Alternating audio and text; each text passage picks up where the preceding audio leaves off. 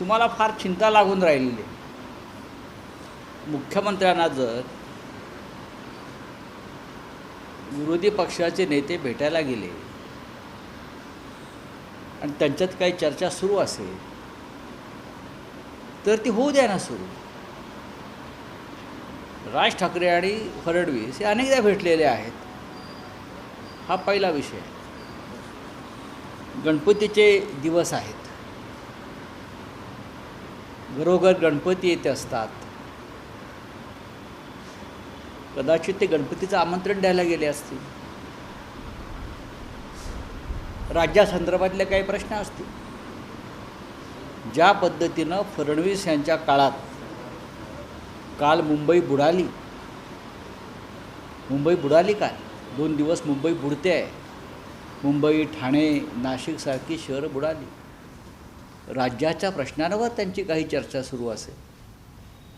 त्याच्यामध्ये एवढं त्रास करून घ्यायची गरज नाही कोणाला. आम्हाला त्रास झाला आहे का? नाही, आम्हाला माहिती आहे काय आहे ते. काय नक्की सर? कशाला सांगू? आम्हाला माहिती आहे. भेटतात.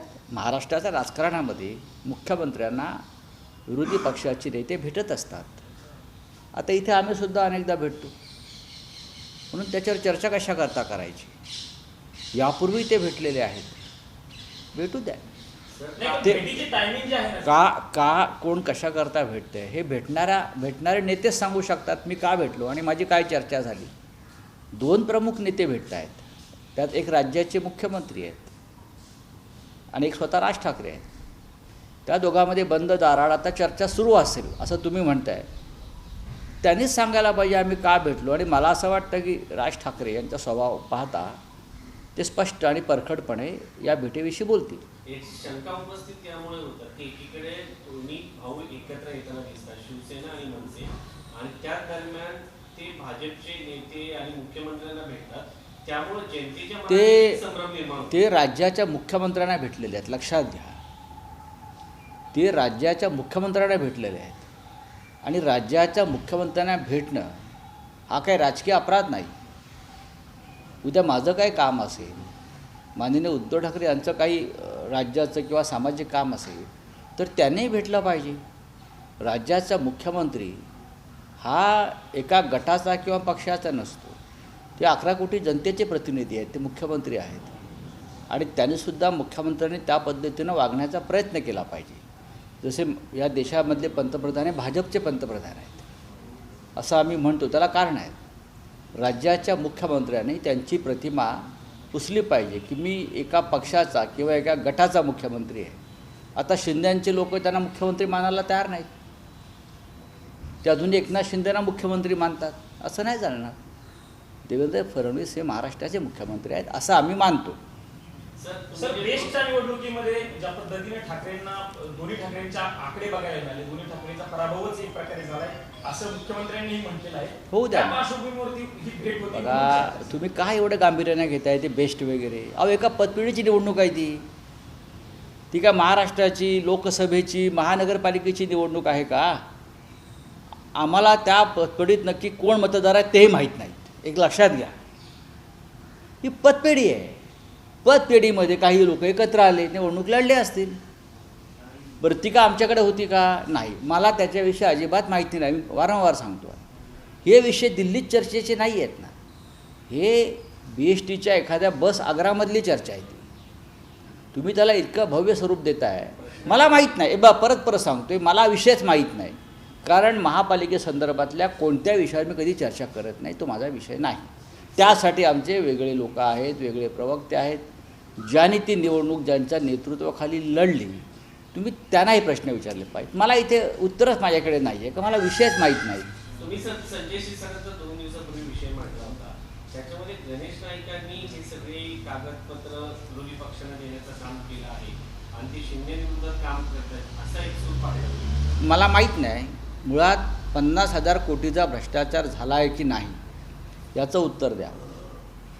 दिवलकर यांना बेकायदेशीर पद्धतीने सर्वोच्च न्यायालयाचा आदेश डावलून ते कायदेशीर हकदार नसताना 5,000 एकर जमीन वनजमीन ज्या पद्धतीनं 25 दिवसात देण्याचा उपक्रम सिडकोचे अध्यक्ष संजय शिरसाट यांनी केला, हे सगळे त्यांचे आदेश, हे सरकारी कागद दप्तर हे जनतेसाठी खुलं आहे. गणेश नाईकांवरती कशा करा? तुम्ही भ्रष्टाचार केलेला आहे आणि जो नवीन कायदा अमित शहा आणू इच्छित आहेत मंत्र्यांना अटक करून तुरुंगात टाकण्याचा, तर तो पहिला प्रयोग संजय शिरसाट यांच्यावरती व्हायला पाहिजे. पहिला प्रयोग हा संजय शिरसाट यांच्यावरती व्हायला पाहिजे. गणेश नाईक हे त्या भागातले एक प्रमुख नेते आहेत, ते भाजपचे मंत्री आहेत.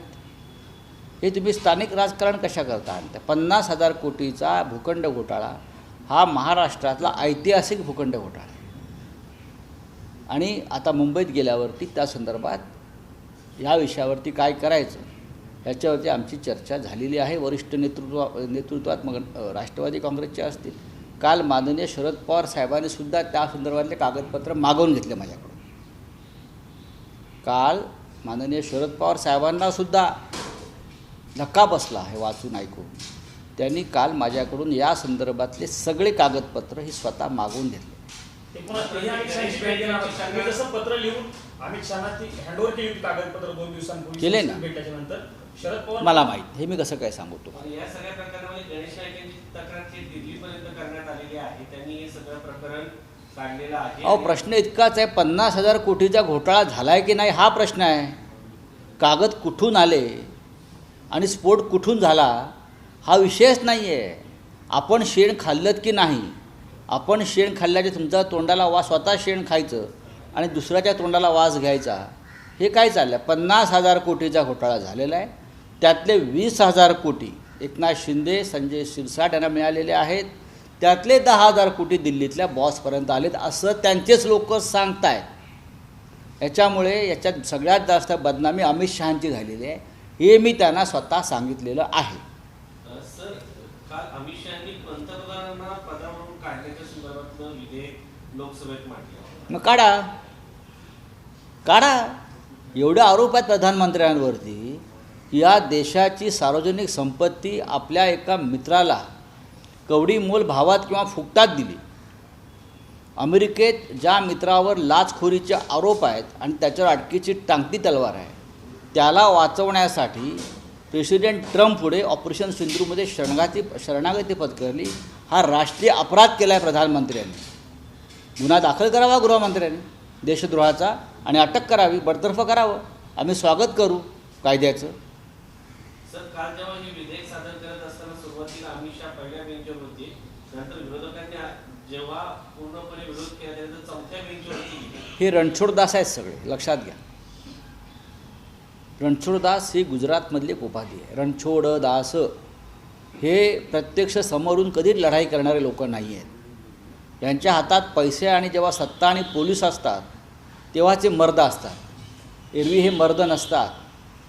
ज्या दिवशी ह्याच्या हातात सत्ता नसेल ह्या लोकांच्या आणि त्यांच्यावरती अटकेची टांगती तलवार असेल, तेव्हा हे सगळे लोक याच कायद्याच्या भीतीनं देश सोडून पळून गेले.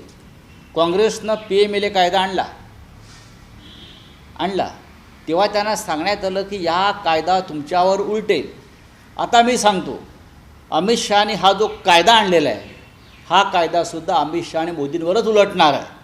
कालाय तस्मय नमः ही काळानं घेतलेला सूड आहे. PMLA कायदा काँग्रेसने आणला आणि त्या कायद्याचा गैरवापर करून त्याने आम्हाला अटकेत टाकलं.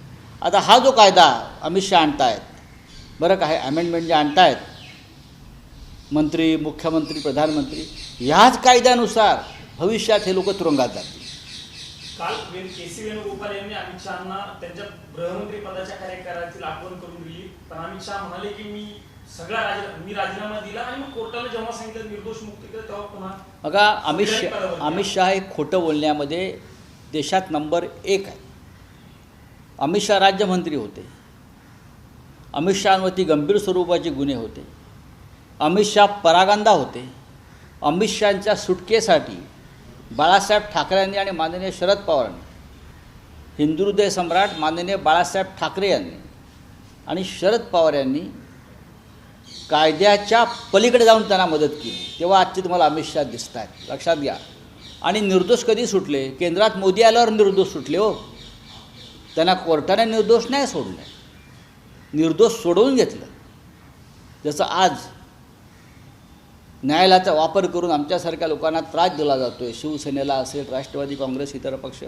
नरेंद्र मोदी केंद्रामध्ये आल्यावर त्यांनी स्वतःला त्यातून त्याची सुटका करून घेतली. त्यांनी फार नाकानं कांदे सोलू नयेत. हे नैतिकता वगैरे शब्द अमित शहांच्या तोंडी शोभत नाहीत. त्यांनी त्याची जाणीव ठेवली नाही. त्यांनी ज्या लोकांनी त्यांना सोडलं त्यांचेच पक्ष भविष्यामध्ये फोडले. हंपक लोक आहे ते. माझ्या पुस्तकात या सगळ्याचा उल्लेख आहे, त्याच्यावरती उत्तर दिलं आहे का कोणी? माझ्या तुरुंगातले जे अनुभव आहेत, नरकातला स्वर्ग, त्यात हे सविस्तर आहे की हिंदुहृदय सम्राट बाळासाहेब ठाकरे असतील, शरद पवार असतील, ह्यांनी अमित शहाना आउट ऑफ वे जाऊन कशी मदत केली हे आहे. आहे ना. त्याच्यामुळे तुम्ही यांचं काय सांगताय? यांना हे कसे सुटले आम्हाला माहिती आहे, मी साक्षीदार आहे. तर आदित्य मग ती चूक होती असं म्हणता नाही, येईल? मी असं काहीच म्हणणार नाही. बाळासाहेब ठाकरेंच्या स्वभावानुसार त्यांनी मदत केली, शरद पवारांच्या स्वभावानुसार त्यांनी मदत केली. त्याचे पांग या लोकांनी फेडले. हे एहसान फरामोश लोक आहेत. हिंदीमध्ये उत्तम शब्द आहे. उपकाराची जाणीव नसलेले हे लोक आहेत, हे क्रूर लोक आहेत. बोलिये.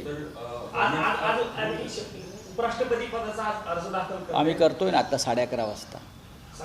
कोण 11:30 वाजता सर्व विरोधी पक्षाचे संयुक्त उमेदवार बी सुदर्शन रेड्डी यांचा उमेदवारी अर्ज उपराष्ट्रपती पदाचा आम्ही दाखल करू आणि सगळा विरोधी पक्ष यावेळेला एकत्र असणार आहे. तो गवर्नमेंट बार बार कह रही है कि blood end water can not flow together, लेकिन आदित्य ठाकरे जी ने इसी बात पे कमेंट किया है कि बीसीसीआई की तरफ से मैच कराया है पाकिस्तान से, एनसीईआरटी में सिलेबस आप लोग चेंज कर रहे हैं, पहलगाम डाल रहे हैं, लेकिन अब बीसीसीआई मैच खेल रही है, कब आपको नहीं लग रहा है? आदित्य ठाकरे जी ने सही मुद्दा उठाया है और हम लोग भी बार बार यही मुद्दा उठाते हैं. हाँ, पानी और खून एक साथ नहीं बहेगा, तो खून और क्रिकेट एक साथ चलेगा. हाँ, ऑपरेशन सिंदूर आपने रोक दिया प्रेसिडेंट ट्रम्प के दबाव में. क्रिकेट खेल रहे हो आप, और क्रिकेट का मुखिया कौन है? तो नरेंद्र मोदी का ही चहेता गुजरात का सुपुत्र अमित शाह का बेटा, वो क्रिकेट का मुखिया है और उनके नेतृत्व में हम पाकिस्तान के साथ क्रिकेट खेल रहे हैं, ये बताना चाहता हूँ. और यहाँ हमको नैतिकता के पाठ पढ़ा रहे हैं ये लोग. नैतिकता, राष्ट्रभक्ति के पाठ हमको उनसे पढ़ना है. ये दुर्दैव है हमारा, इसी बैड लक ऑफ कंट्री. जिस तरह से कल बिल इंट्रोड्यूस किया गया, उसको सेलेक्ट कमेटी में भेजा गया, इस तरह से आपका क्या कहना है? पार्टी अगर ये बिल को मंजूरी कर देनी है तो सबसे पहले बिल मंजूर होने से पहले गृह मंत्रालय ने एकनाथ शिंदे, अशोक चव्हाण, हेमंत विश्व शर्मा, प्रधानमंत्री मोदी जी, उनके ऊपर आपराधिक जो मामले हो सकते हैं या है उसको चालना देनी चाहिए. प्रधानमंत्री ने अपने मित्र को, अपने दोस्त को पूरा देश बेच दिया है. अमेरिका गौतम अडानी के ऊपर जो कानूनन वहाँ जो कार्रवाई चल रही है वो रोकने के लिए प्रेसिडेंट ट्रम्प से सौदा कर दिया लोगों ने और ऑपरेशन सिंदूर से पीछे हट गए. ये कितना बड़ा अपराध है. प्रधानमंत्री को बरतरफ करना है तो इस मुद्दे पर बरतरफ करना चाहिए. अमित शाह क्या बड़ी बड़ी बातें करते हैं, नैतिकता की बातें अमित शाह जी करते हैं. उनको शोभा देता है नैतिकता की बातें करने में. जिसको जेल में डालने वाले थे, चक्की पिसिंग वाला मामला कल आया था ना, वो अपने सरकार में लेकर बैठे हैं. हाँ, भ्रष्ट, सभी देश के सभी भ्रष्ट लोगों को, सभी व्यभिचारी लोगों को, हत्यारे, गुंडे, बलात्कारी अपने पार्टी में लेकर ये हमको नैतिकता के पाठ ये लोग पढ़ा रहे हैं. ये ढोंगी लोग हैं, भंपक लोग हैं, उनके ऊपर विश्वास मत रखिए. जल्दी ही ये लोग देश छोड़कर भागने वाले हैं. मार्क माय वर्ड्स. देखो ये कैसे भागते हैं, भागम भाग करने वाले. Thank you. देवेंद्र फडणवीसांकडे महाराष्ट्रातील सगळ्या विरोधी पक्षांच्या नेत्यांना बोलण्याची जबाबदारी दिलेली आहे. इंडिया उपराष्ट्रपती पदाची निवडणूक विचारू. बोलू द्या ना त्यांना. बोलायला का, लोकशाही आहे. तुमच्याशी चर्चा केली काही? हो, फडणवीसांचा फोन आला होता. राजनाथ सिंग, देवेंद्र फडणवीस यांचे फोन माननीय उद्धव ठाकरे साहेबांना आलेले आहेत. त्यांनी मतांसाठी विनवणी केलेली आहे, इतरांनासुद्धा केल्या असतील. त्यांचं कामच आहे. संजय शिरसाट लंडनच्या दौऱ्यावर गेल्याचं कळलं. मला माहीत नाही, मला माहीत ते मंगळवार पण जातील. देश विदेशातील प्रत्येक घडामोडींचे लाईव्ह अपडेट मिळवण्यासाठी आता साम टीव्हीच्या सर्व सोशल मीडिया प्लॅटफॉर्मला लाईक, फॉलो आणि सबस्क्राईब करा. तसंच सर्व नोटिफिकेशनसाठी बेल आयकॉन प्रेस करायला विसरू नका.